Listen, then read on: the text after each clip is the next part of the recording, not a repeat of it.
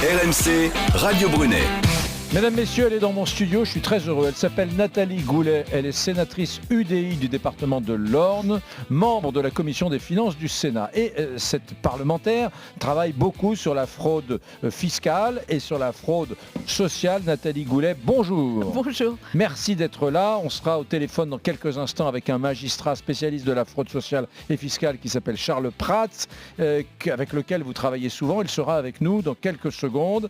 D'abord, s'il vous plaît, Madame la sénatrice, considérez qu'on ne sait pas. Reprenez cette histoire depuis le début, cette histoire de carte vitale attribuée à des fraudeurs, parce que quand j'ai découvert ça, je vous assure, je suis tombé de ma chaise. Mais c'est un peu ce qui nous est arrivé à tous. Alors, quand vous êtes né en France, vous avez un numéro d'immatriculation qui est bien réglé, avec le numéro de département, votre sexe, etc.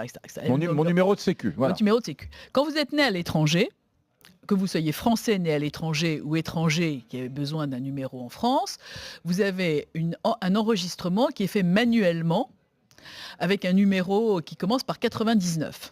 Tout le monde se reconnaîtra dans ces cas-là. Et donc, ce qui s'est passé, c'est qu'il y a eu en 2011 une expertise qui a été menée quelques semaines par la direction des fraudes et la PAF qui s'occupe du sujet. La police de l'air et des frontières. Voilà. Ouais. Et il y a un stock de 17 millions de numéros attribués. D'accord. Il y a donc 17 millions de numéros de sécurité sociale. Globalement attribués. À des Français, voilà, à des gens nés à l'étranger, voilà, qu'ils soient français ou pas. Voilà. Et on a sur ce nombre, lors de l'expertise, on a considéré qu'il y avait 10% de fraude. Donc ça fait 1 800 000 faux numéros. Qui a considéré? La police de l'air et des frontières? Voilà, c'est ça, le rapport de l'inspection des fraudes, la lutte contre la fraude, de délégation nationale, le rapport de mai 2012. 2011.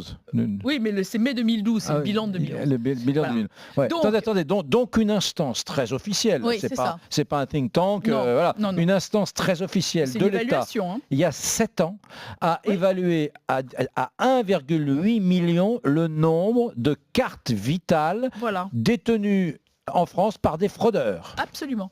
Enfin, c'est une évaluation. Oui. Une évaluation importante. Ouais. Voilà. Donc, quand vous multipliez par la dépense moyenne, ça vous fait un chiffre qui tangente les 14 milliards de fraude. Alors, Charles Prats a écrit un certain nombre d'articles, dont un sur les priorités du nouveau président, c'était au moment des présidentielles. Alors, je reprends. Quand la fraude a été découverte, François Fillon a immédiatement pris des dispositifs qui consistaient à suspendre les prestations en cas de fraude documentaire. Et puis les élections de 2012 sont arrivées, les dispositifs ont quasiment jamais été appliqués. Donc on s'est retrouvé en 2013, 2014, 2015 avec la même chose. Et puis je reprends un peu le sujet et en 2016, je pose une question d'actualité au ministre, sous le règne de François Hollande, qui me répond... Il ne me répond pas, il n'y a pas de fraude. Elle me répond, on a supprimé 500 dossiers. 500 sur 1,8 million, vous reconnaîtrez avec moi que le compte n'y est pas. Bon. Donc, de projet de loi de finances, en projet de loi de finances de sécurité sociale, en projet de loi de finances contre la fraude, je dépose régulièrement ce qu'on appelle des marronniers, c'est-à-dire je remets le même amendement, etc. Et je me fais retoquer régulièrement. Donc aujourd'hui, l'État, les gouvernements, que ce soit à l'époque de Sarko ou bien sous la gauche avec Macron, et maintenant sous la gauche avec Hollande, et maintenant avec Macron, jamais personne ne vous a dit on va lancer... Non. Parce que ça représente combien, nous, contribuables français, combien ça nous coûte cette affaire a priori? 14 milliards. Combien? 14 milliards. 14 milliards. Parce que c'est de l'argent qui sort. C'est pas de l'argent qui rentre pas. Là, c'est de l'argent qui sort parce que c'est des prestations qu'on paye. Alors, le 1er novembre 2017, je dépose une demande de commission d'enquête au Sénat parce que je me dis quand même, donc je continue. Bon, elle reste évidemment lettre morte.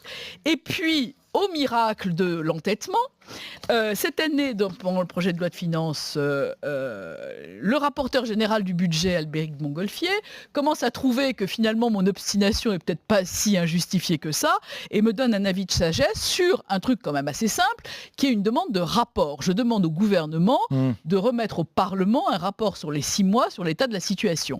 Et donc l'amendement, et donc le rapport est adopté au Sénat, et brusquement la semaine dernière, il est retoqué à l'Assemblée nationale, où on m'explique qu'il n'y a rien à savoir et qu'on n'a pas besoin de rapport. Attendez, Nathalie Goulet. Mesdames, messieurs, il va y avoir une minute de pub. Il est 13h18. Nathalie Goulet... De silence, il faudrait. Oui. Il faudrait une minute de silence.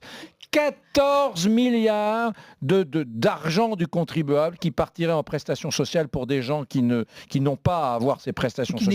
Qui n'existent pas, qui sont des ressortissants... qui n'existent pas, tout simplement. Ça peut être des fausses cartes, qui n'existent pas, ou qui n'existent pas. Donc, comment est-ce possible ?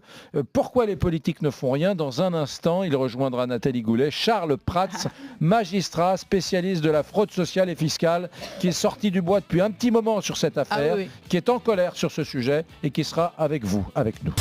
RMC, Radio Brunet. RMC, Radio Brunet, Éric Brunet. Donc Rémi, selon un magistrat qui est au téléphone avec nous, Charles Prats, à qui je vais passer le micro dans un instant, il y aurait en France des millions de fraudeurs.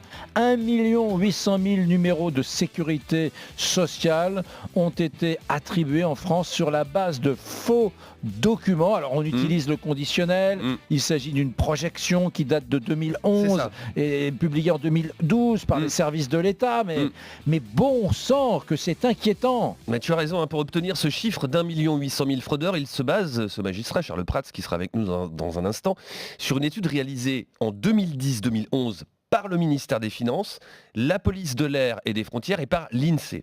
Et selon ces résultats, sur 18 millions de numéros de sécurité sociale attribués à des personnes nées à l'étranger, qu'elles soient de nationalité française ou étrangère, 10% l'ont été attribués sur la base de faux documents, comme par exemple de faux extraits d'actes de naissance. Des fraudes qui permettent à ces personnes de percevoir les prestations, la sécurité sociale, Éric, maladie, mais aussi la retraite, les allocations familiales, le RSA. Coût total de ce détournement, au moins 14 milliards d'euros par an. C'est très intéressant ce que tu dis, parce qu'on se dit carte vitale, numéro de sécu, il se fait, ce fraudeur se fait soigner avec notre système de soins. Voilà, donc c'est des soins. Mais en fait, non. Au-delà des soins, ce numéro de sécu lui permet d'avoir beaucoup d'aides sociales. Tu viens de le dire, le RSA. À partir du moment où tu es fraudeur, et à partir du moment où tu as un numéro de sécurité sociale, tu existes, donc tu peux demander le RSA.